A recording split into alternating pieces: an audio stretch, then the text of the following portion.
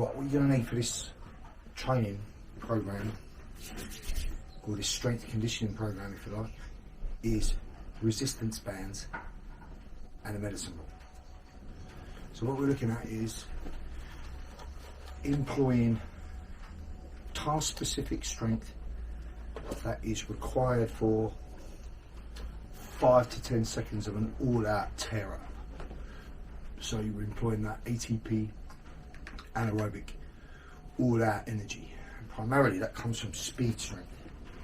And speed strength is your ability to recruit the maximum amount of muscle fibre that you have for an explosive movement, in this case continuous attacks, barrage of punches, or some kind of assault through the target. But as soon as you go, you accelerate and you keep going until it's done. If you are training in a street context, that will be 10 seconds all out. If you are training in the context of a combat sport or anything where there is a duration of time, then you will use a combination of all that explosive effort with power endurance. So let's say in the example of bare knuckle fighting, there's only one round until someone loses, until someone gets knocked out. That can happen in the first 5 seconds, or it could take 5 to 10 minutes, in which case you're going to need enduring energy and ability to conserve power endurance in the time where you're most inactive. Ideally, the type of strength that you want to immediately recruit, if you've hit somebody and you've hurt them, that immediate moment where you capitalise and just explode through them, that would be the employment of speed strength. So speed strength has two components: starting strength and explosive strength. Starting strength switches the fibres on, explosive strength keeps them firing.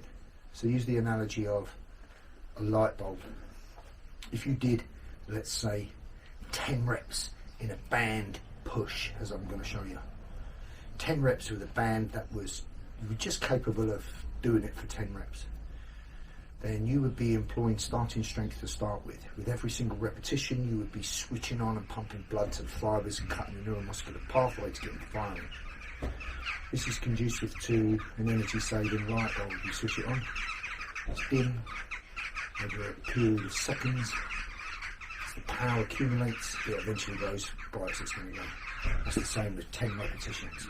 1 is easy, 2 is easy, 3 is starting to get blood there now, 4, 5 starting to warm up, 6, 7 starting to get hard, but you're switching on the starting strength fibres. You're gradually recruiting more and more and more and more over the period of 10 repetitions. This is the energy saving light bulb.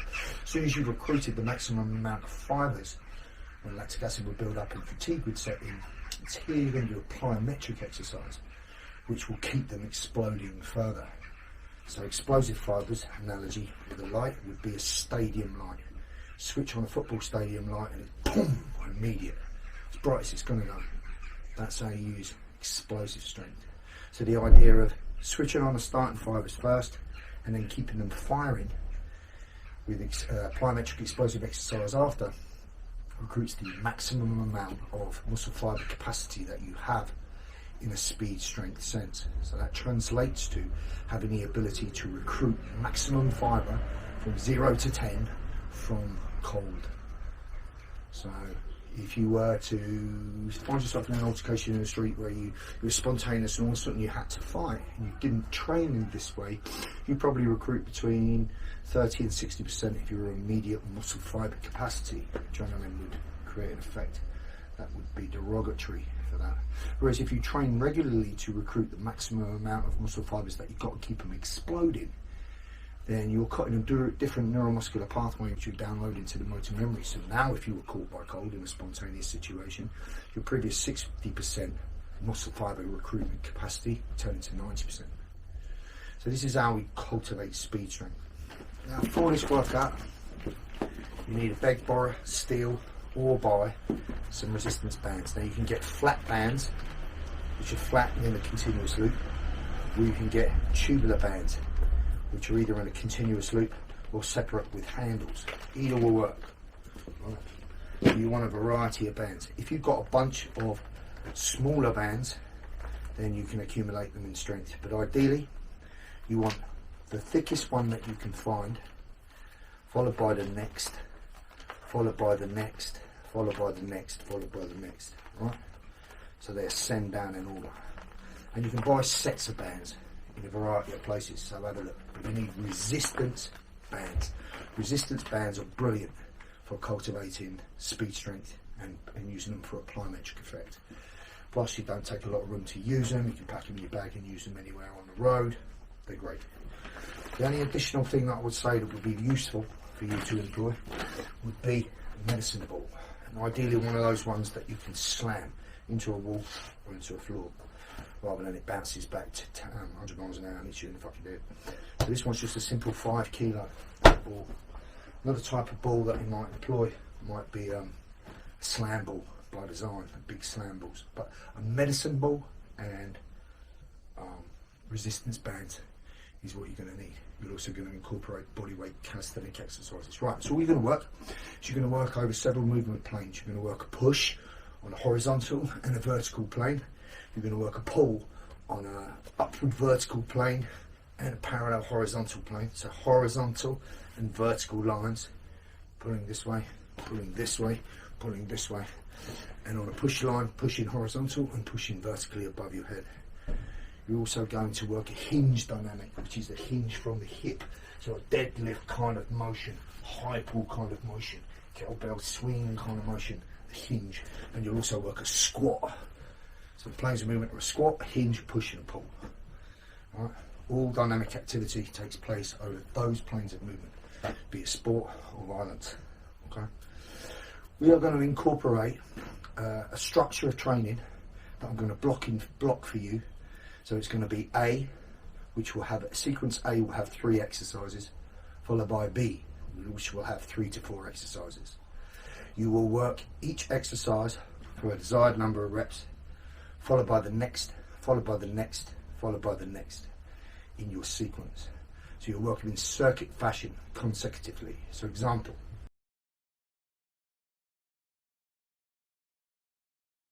So to start, we're going to work a hinge movement. And the hinge movement is going to be a deadlift. What we're going to do is explode up to the top.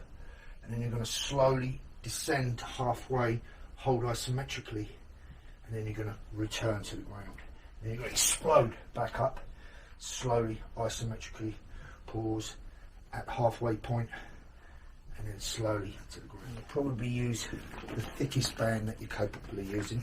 Right? Your repetition range is going to be 5 reps for this exercise. Right? What you're going to do is take this band and stand on it in the middle, like so, so that you've got a handle just below your knees, either side, and a point of tension. Here you're taking that, get set position where your back is flat and parallel, as if you're going to pull a deadlift. Do not round your back, keep your head up. Right? From this position, all you're going to do is plyometrically explode to the top. And at the top of the motion, we're just going to add a shrug. So you hold 1, 2, 3, 4, 5, and then a 5-second negative.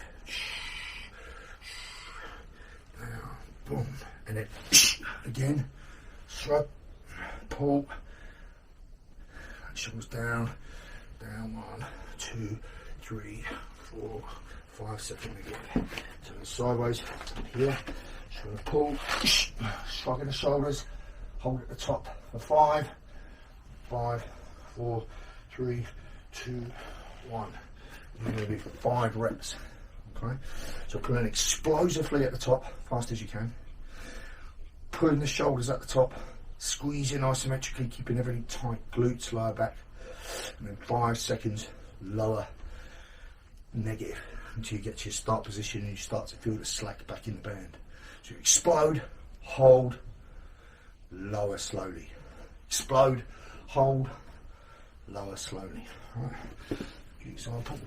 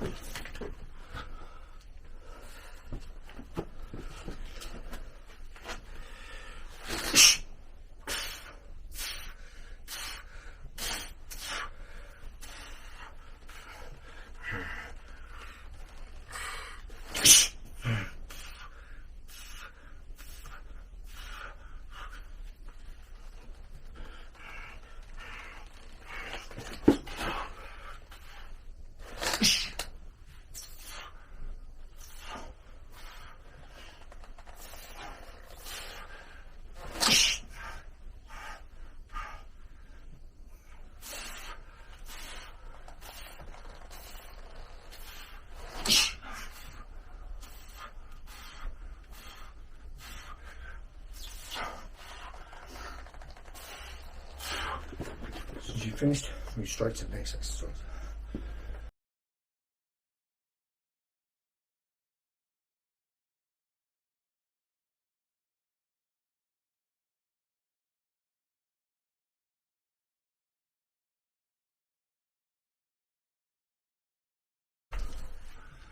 Okay, so what you ideally need to do is you need to have a couple of anchor points. So you are going to be pulling from the floor upward. This would be a vertical pull. You're also going to work exercises such as shrugs and upright or high pulls.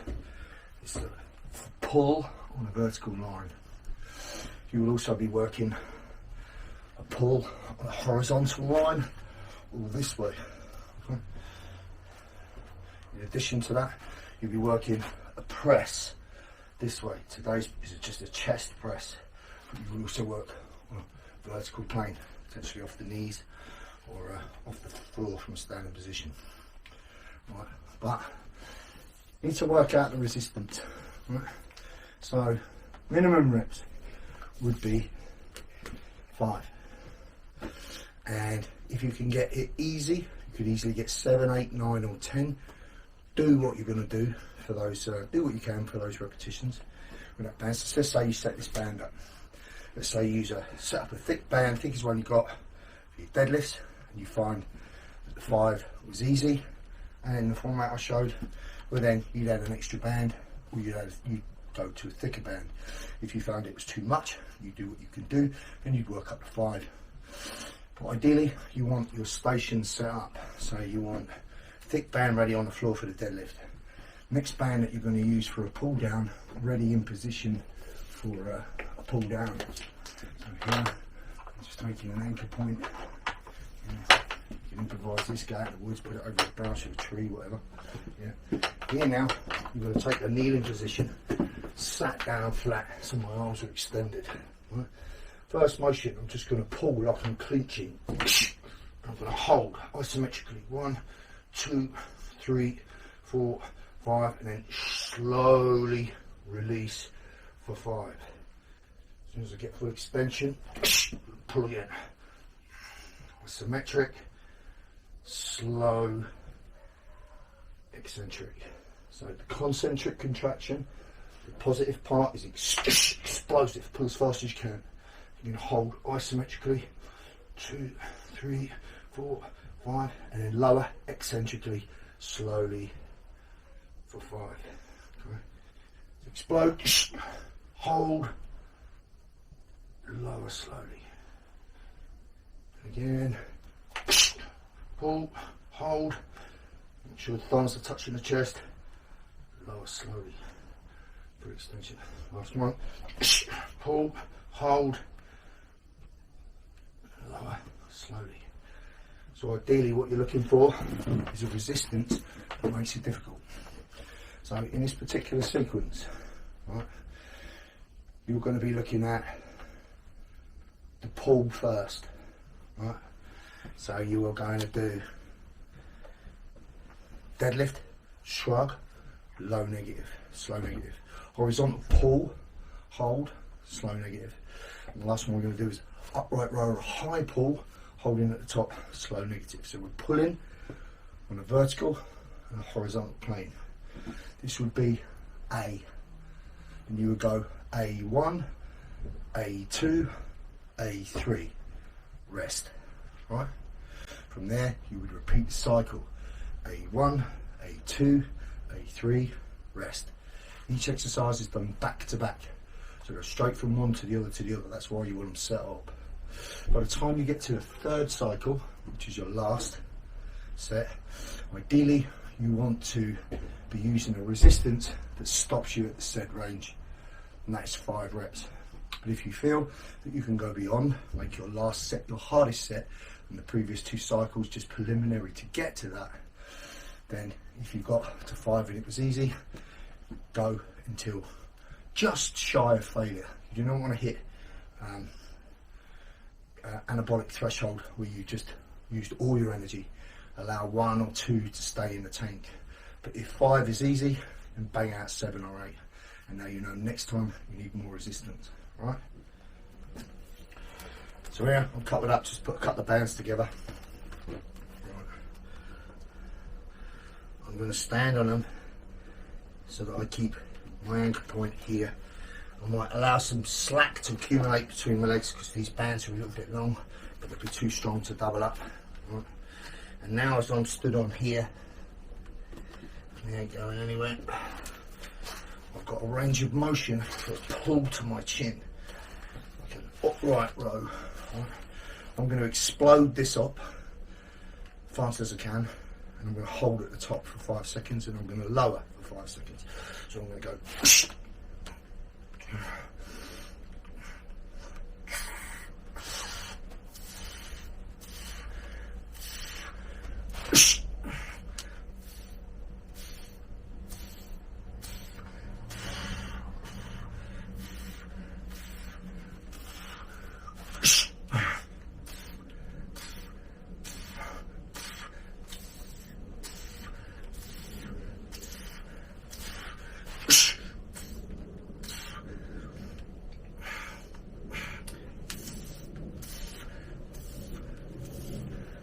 Explode up, isometric, hold, slow, negative. 5 to 7 reps.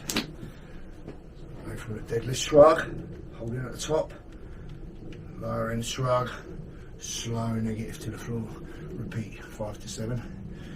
And I'm going off my knees, horizontal pull here into the chest like I'm pulling the neck for the clinch here, holding isometrically and lowering negatively for slow. So again, 5 to 7 reps. You would go from A1, A2 to A3, rest, 30 seconds, get a drink, 1 minute, whatever else, make sure you're recovered, hit it again, 30 seconds, 1 minute rest, repeat, hit it one last time. So now you should have the feedback to how much resistance you need. Is it too heavy, is it too light, how can I adjust, etc. Right? So you're going to start, pull, plane, using these movements.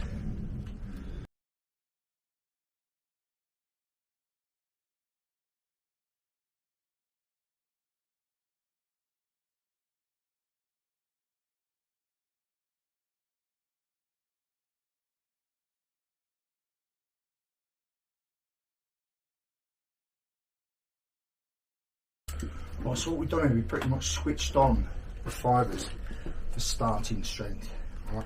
So once you've finished your 3 cycles, you move straight to your next cycle of exercises, which is now B. And you'll have, for this one, you'll have 3 movements, right? So set them up. So we're going to have a thicker band now for my vertical pull, horizontal pull. And I'm going to have essentially the same for my upward pull. So what I'm doing is, here I'm going to work instead of an upright row, I'm working an explosive high pull. Now these movements can be replicated with a kettlebell, a dumbbell or a barbell. Bands offer you constant resistance and resistance throughout the entire power curve. That's why they work really well for this. Right. So as an example, this band, I'm going to take this here and I'm going to stand on it so that there's tension just above my knees. Right? If it's slack here, then there's going to be no resistance on and off. And it's from here, nice and wide in the grip, I'm just going to explode up. I'm pulling up, using my whole posterior chain, up on my toes, accelerating for a clean, power clean, high pull, snatch. As soon as I've done that, shake it out. I'm going to go to my, like I say, got this set up, you can go from one to the other. Resistance from my bands here, I'm on my knees. Now I'm going to explosively pull.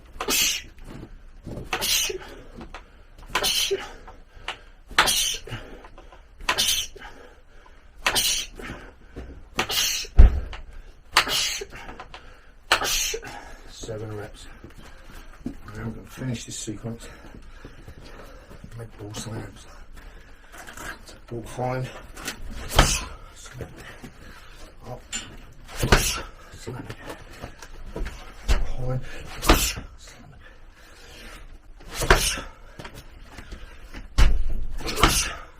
5 to 7 reps. Now I'm working that plyometric part.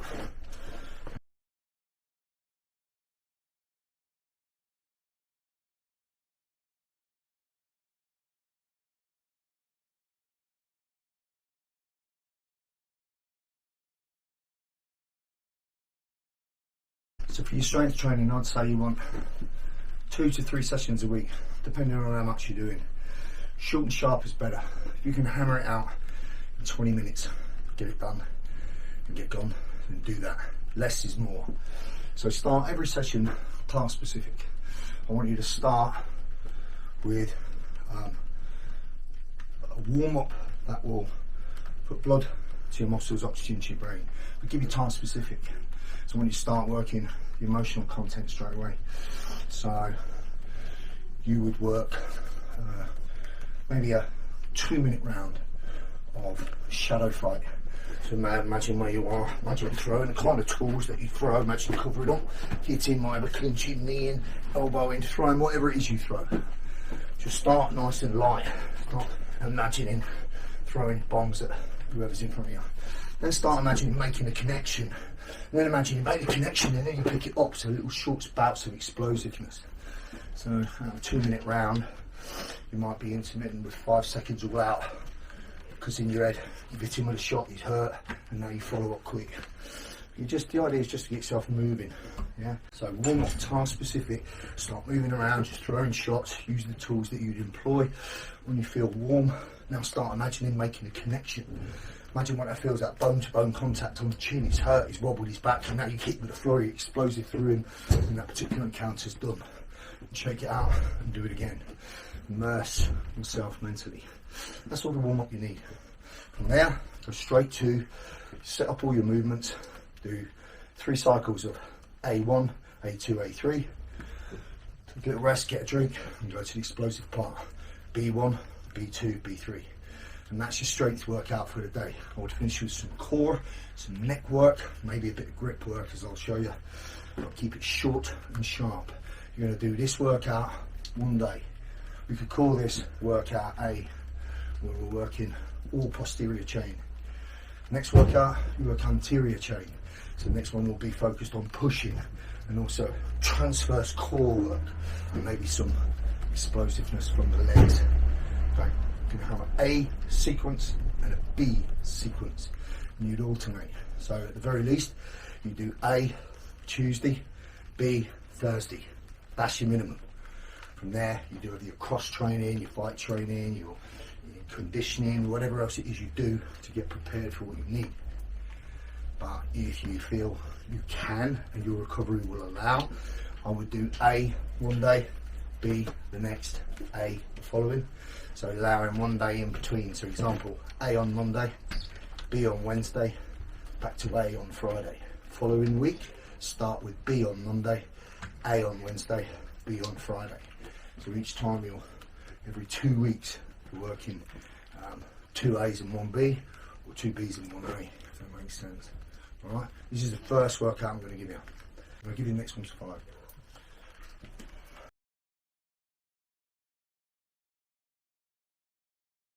So the motions that we've employed in this posterior chain will allow you to dominate in a clinch. So for example, if I'm in a clinch, I can get the neck, I can drag him, I can get a contour or shape of his body, underhook, overhook, whatever else, neck, collar, clinch, whatever.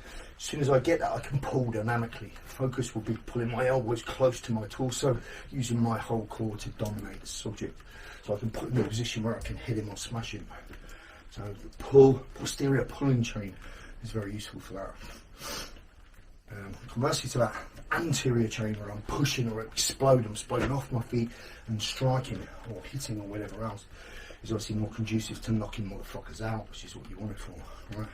So the musculature required for a left cross or a palm strike in the face is the frontal anterior deltoid, the pectoralis major, and the tricep in order to extend the arm. So it's a multi-joint movement, but it's balanced by explosion off the foot. It's initiated by explosion off the foot as you drop weight and then pike in the core. So it's all coming from transverse core. Remember, any power in punching or striking comes from your feet through the kinetic chain. So every time you're exploding off your feet, either in squats or accelerating in deadlifts, you're working that motion to accelerate through people. So it's all task specific, as we'll see.